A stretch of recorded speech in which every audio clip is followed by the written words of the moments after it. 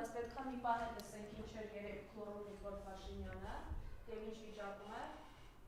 Ասում եմ գուցե սնկերի ազդեցություն։ Ոյ, մի հատ ընտրություններ աղել նախագահական, շատ լավ, անկախությունից մի ամիս հետո, հələ անկախացած է չենք եղել, 91-ին է, չէ՞ են ընտրությունները, հələ անկախացած է չենք եղել, այսինքն հանրաքվեն եղել է, միջազգայինորեն ճանաչումը նորմալ է, անկախ Հայաստանում Հայաստանի քաղաքացին բանը որոշում, դուք ինչի գյուղապետ եք ընտրել, դուք քաղաքապետ եք ընտրել, դուք պատգամավոր եք ընտրել, դուք ընդհանրապես որևէ ձևով բան որոշելու հնարավորություն ունեցել եք։ Այդ 2018 թվից հետո էլ է։ Այդ մենակ 2018 թվից հետո է, որ ժողովուրդն է որոշումով լինի։ Հիմա ուժեղ բանեք են ասում են, կապ չունի, ասում են, մենք ընտրելու ենք վարչապետ, մենք ընտրելու ենք, մենք վարչապետ, գլուխդ պատին ես տալու, գլուխդ պատին ես տալու։ Դու ով ես արա, որ որոշեք դու վարչապետ ես, դու ով ես, ընդհանրապես ձեր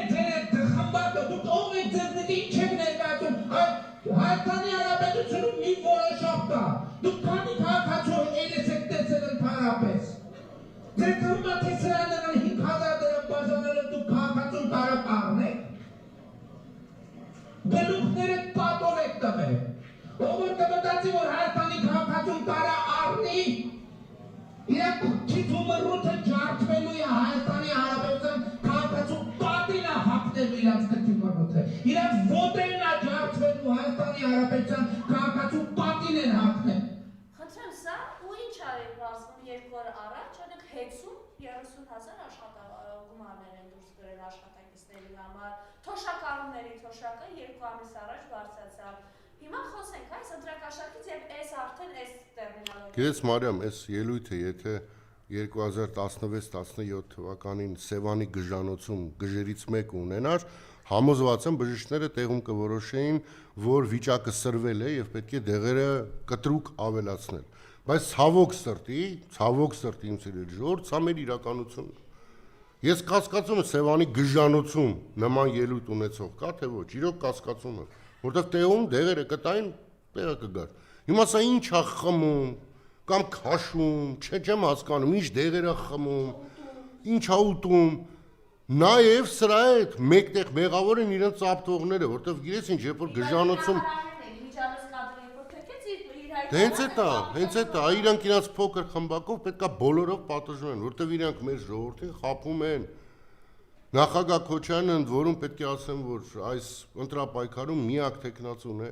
ով միանշանակորեն հայտարարել է, որ Արցախը հանձնողները, 5,000 զոհվողները եւ մեր ժողովրդին խաբողները միանշանակ պատասխան են տալու օրենքի ողջ խստությամբ։ Եվ հենց դրա համար եմ նաեւ ես նախագահ Քոչարյանի կողքին, որտեղ սրանք պետք է պատասխան տան այս ժողովրդի առջև։ Սրանք պետք է մարդկանց երեսին նայելով պատասխանատվության ենթարկվեն։ Ժողովուրդը պետք է իմանա, թե սրանք ոնց են ծախել մեր հայրենիքը։ Սրանք ինչից ելնելով են ծախել այդ հայրենիքը, ինչու են դավաճան դառել։ Այդ ամեն ինչը պետք է բացահայտվի։ Եվ անկախ նրանից ինքը ում գլուխն է պատով տալի, իր գլուխն է պատով կարու։ Միևնույն է։ Արդարությունը կարող է երկար ժամանակ տևել, կարող է, բայց միևնույն է հասնում է տեղին։ Ես կասկած չունեմ, որ քրիստոնեությունը որպես պետական կրոն ընդունած աշխարհում առաջի երկիրը չի կարող այսպես առաջ գնալ, ուղղակի չի կարող, մենք իրավունք չունենք, մենք առանց էտել այս 7-8 տարվա մեջ ամբողջ աշխարհով շատ ենք խայտառակվել, վերջին 1 տարին երբ որ սա հարձակվել է հայ առաքելական եկեղեցու վրա, մենք էլ ավելի խայտառակ եղանք, հասկացեք մի բան, աշխարհի գրեթե բոլոր կրոնական կազմակերպությունների ղեկավարները, կրոնապետերը երազում են, որ հայ առաքելական եկեղեցին քանդվի, որտեվ մեր հայ առաքելական եկեղեցին լրջագույն դիրքավորում ունի ամբողջ աշխարհում։ Եվ ակնհայտ է, որ այլ եկեղեցու ներկայացուցիչները օր ու գիշեր երազում են, երբ Նիկոլը քանդելու Հայաստանի առաքելական մեր եկեղեցին։ Բայց չես կարողանալու, Նիկոլ։ Չես կարողանալու, որտեվ այս ժողովուրդը շատ ավելի վեհ է կամ դու մտածում ես։ քո 10,000 դրամով բարձրացրած թոշակը դա այն է, ինչ որ դուք տանեիք դեռևս 18-ին։ 7 տարի ոչ մի բան չեք արել։ Ժողովրդին անտերության եք մատնել, հենց այն ժողովրդին, որը ձեր համար փողոց էր փակում։ Տուգանքի մածերալ եք դարձրել մարդկանց, հարկերը բարձրացրել եք։ 3 դասատուի 700,000 աշխատավարձ եք տալու ու դրանով եք պարծենում, երբ որ տասնյակ հազարավոր դասատուներ ուղղակի սովի են մատնված։ Հերիք է ժողովրդին խաբես։ Դուք եք կոռուպցիոներ, դուք եք անդադ փորձում կաշառել մեր ժողովրդին։ Բայց կրկնում եմ, մեր ժողովուրդը շատ ավելի սթափ է։ Կասկած չունեմ, որ մեր ժողովրդը ուղղակի այստեղին է հասել արդեն այս ամեն ինչը, որտեղ այս գժանոցը չի կարող երկար տևել, սիրելի ժողովուրդ։ Դուք ձեր մեջ, երբ որ փողոցում շփվում եք մարդկանց հետ, երբ որ հանդիպում եք տարբեր մարդկանց, չեք զգացել, որ այս վերջի 7 տարիները ընդհանուր բոլորս ինչ որ անհասկանալի զայրացած ենք։ Բոլորս, անկախ մեր քաղաքական հայացքներից։ Կներեք, գիտեք ինչու է դա այդպես։ Որտեւ իշխանությունը բոլորից գիժ է դարձրել։ Ամեն օր առավոտ արթնանում ենք, վախով, որ մի բան հանձնել են, որ մեկին կալանավորել են, որ մեկի վրա գործ են սարքել, որ մի երեխա բռնաբարել են, որ մեկին դանակով խփել են։ Այդ ամեն ինչ ազդում է բոլորիս վրա։ Բոլորիս գիժ են դարձրել։ Մինչդեռ իրանց տեղն է գժանոցում, բայց բանտից հետո։ Այս նախընտրական վիճակում իհարկե բարդ բավականին ընտրություն է, որտեղ այս անգամ ընդդիմությունը ներկայացված է մի քանի ճամբարով եւ Փառք Աստծո ըստ վերջի տվյալների Նիկոլը դեռևս չունի որևէ հնարավորություն վերընտրվելու, որտեղ միասնական ընդդիմությունը շատ ավելի շատ ձայն ունի կամ Նիկոլը։ Ես լինելով Հայաստան դաշինքի անդամ կոչով անընդհատ դիմելու եմ ձեզ ընտրել փորձառու ղեկավարի։ Տեսեք, բանակցություններում սեղանի շուրջ մեկ մարդ է նստում, ցավոք սրտի թմով չեն նստում, նստում է մեկ մարդ։ Մենք այսօր ընտրում ենք այդ մեկ մարդուն, մեկ մարդ, ով նախ եւ առաջ կարողանա կարգ ու կանոն հաստատել մեր երկրում, եւ մեկ մարդ, ով կարողանա ըստ արժանավորինս մեզ ներկայացնել տարբեր բարդակներում, տարբեր բանակցությունների ընթացքում։ Ես խորհուրդ կտամ բոլորիդ նայել նախագահ Քոչարյանի մասին ֆիլմը, որը 2 օր առաջ ներկայացվեց հանրությանը։ Բոլորդ նայեք, անկախ ձեր վերաբերմունքից այդ մարդու նկատմամբ։ Նայեք, տեսեք, թե ինչ ձևի երկրում եք դուք ուզում ապրել։ Ես միշտ նայել եմ հետևյալ կերպ, ես մտածել եմ, որ ինչպիսի ընտանիք ունի առաջնորդը կամ ինչ հարաբերություններ են առաջնորդի ընտանիքում, այդպես էլ վիճակը լինում է երկրի ներսում։ Ես միշտ նույնիսկ նախագահ Քոչարյանի հետ խոսալուց ասել եմ առանց ձեզ իմանալու, բայց երբ որ լսում էի ձեր ընտանիքի մասին, հասկանում էի, որ Հայաստանում ամեն ինչ լավ է լինելու։ Հիմա էլ եմ ասում, ընտրեք այն ընտանիքի բանաձևը, որը կուզեիք կառավարել այս երկիրը։ Հայեցի ընտանիք, որում մեծին հարգել կա, ընտանիք, որում ամեն մեկը իր դեր ունի, ընտանիք, որում բոլորը իրար հանդեպ հարգանք ունեն։ Եվ ես կասկած չունեմ, որ նախագահ Քոչարյանի Հայաստանի Հանրապետության վարչապետ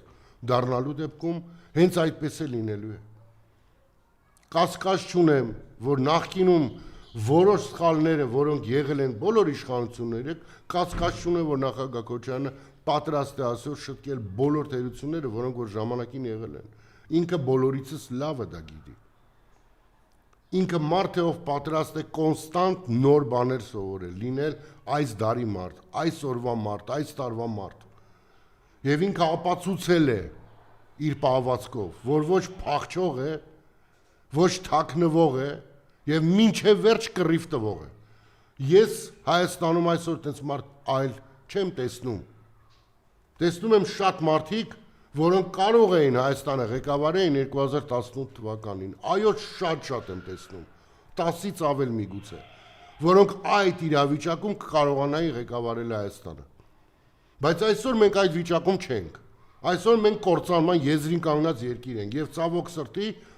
տնտեսությունը զարգացնելով Հայաստանը չի զարգանա։ Հայաստան չի մնա, որտեղ առաջնահերթ է մեր անվտանգության հարցը։ Եվ այդ անվտանգությունը կարող է իզորու է բերել նախագահ Քոչարյանը։ Իմ անվտանգության որպես երաշխավոր ես իրեն եմ տեսնում։ Մարտով ունի այդ փորձը։ Մարտոր բոլոր հնարավոր իրավիճակներում իր կյանքում եղել է եւ ամեն տեղից հաղթած է դուրս եկել։ Կրկնում եմ, Մարտով չի փախել բանտից, այլ եկել է եւ միջև վերջ այսօր կռիվ է տալի։ Մեզ նման ղեկավար է պետք։ Ղեկավար, որը հետո գնա դուրս մեզ ներկայացնելու, մեզ խայտարակ չի անի։ Ղեկավար, որը այսինքն շիզոֆրենիկի պես չի գորգոռա, այլ հավասարակշռված կարողանա ներկայացնել հայի եւ Հայաստանի շահը։ Ուրիշ հարցեր ունենք, Մարիամ ջան։ Բացի այդ Ռոբերտ Քոչարյանը ինչ ասում է պատժելու հետ կապված, հա։ Ես դա ասեցի, դա ամենակարևոր նյութն է, ժողովուրդ։ Հավատացեք, եթե այս իշխանությունը չպատժվեց, ապա Հայաստանի Հանրապետությունը դատապարտված է։ Հիմա դա կլինի 5 տարի հետո, թե 30 տարի հետո, բայց դատապարտված է։ Դավաճանները պետք է անուն առանուն պատժվեն։ Հայաստանի կենտրոնում պետք է դավաճանների պատ սարքվի, որ բոլոր մեծացող սերունդները դավաճանների անունազգանունով իմանան։ Բոլոր պատմության գրքերում այդ դավաճանների մասին պիտի գրված լինի։ Ես չգիտեմ ուրիշ ազգ, որ այս կարճ ժամանակացում 7-8 տարում նման կորուստների է դիմե ու դերևս կան մարդիկ, որ պատրաստ են սրան նորից ընտրեն։ Մի արեք այդ սխալը։ Ուղղակի մի արեք այդ սխալը։ 21-ին ասել եմ Իրան ընտրելուց հետո, որ մենք սխալվել ենք եւ պատասխան ենք տալու ազգովի։ Այդ պատասխանը չուշացավ, կորցրեցինք Արցախը, կորցրեցինք Ջերմուկում տարածքներ, Սյունիքում տարածքներ։ Մի կրկնեք նույն սխալը, որտեվ եթե կրկնեք, պատիժը երկար սպասել չի տալու։